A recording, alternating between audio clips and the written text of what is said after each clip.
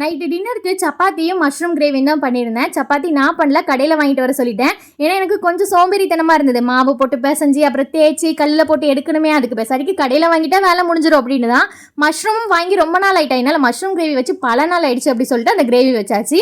அன்றைக்கி நைட்டு அம்மாட்ட ஃபோன் பேசும்போது சொல்லியிருந்தேன், நான் கடையில் சப்பாத்தி வாங்கிட்டேம்மா, கிரேவி மட்டும் நான் பண்ணிட்டேன் அப்படின்னு. உடனே அம்மா சொன்னாங்க, உங்கள் 3 பேருக்கு மிஞ்சி மிஞ்சி போனால் ஒரு 10 சப்பாத்தி செய்வீங்களா, அது இல்லாமல் ஒரு அரை மணி நேரம் கூட ஆகாது, அது எதுக்கு இப்படி கடையில் வாங்கணும் அப்படின்னு. இந்த அம்மா மாதிரிலாம் பார்த்தீங்கன்னா கொஞ்சம் கூட சோம்பேறித்தனமும் இருக்க மாட்டாங்க, அதே நேரத்தில் கடையில் வாங்கணும் அப்படின்னு நினைக்க மாட்டாங்க. இப்படிங்கிறதுக்குள்ள டக்குன்னு வேலையை செய்ய ஆரம்பிச்சிருவாங்க, டக்குன்னு செஞ்சு முடிச்சிருவாங்க. ஆனால் நம்ம இப்போ ஒரு அம்மாவானாலும் அந்த சோம்பேறித்தனம் நம்மளுக்குள்ள கொஞ்சம் இருக்க தான் செய்யுது. நான் மேக்ஸிமம் ஒரு 90% வீட்லேயே செஞ்சிருவேன். ஆனால் மீதி உள்ள 10% தான் பார்த்தீங்கன்னா சின்ன ஒரு சோம்பேறித்தனம் வந்துட்டாலே சரி கடையில் வாங்கிடும் அப்படிங்கிற மாதிரி முடிவு பண்ணிடுவேன். என்ன மாதிரி யாராவது இருந்தீங்க அப்படின்னா கமெண்ட்ல சொல்லுங்க. இன்னைக்கு பர்த்டே செலிப்ரேட் பண்ற சான்விகாக்கும் இன்னைக்கு திருநாள் கொண்டாடுற பழனி பிரியா அப்படிங்கிற கியூட் கப்புளுக்கும் என்னுடைய வாழ்த்துக்கள். என்னைக்குமே நீங்க ஹாப்பியா ஹெல்தியா வாழணும் நான் ப்ரேயர் பண்ணிக்கிறேன். வீடியோ பிடிச்சிருச்சுன்னா லைக் பண்ணி சப்ஸ்கிரைப் பண்ணுங்க.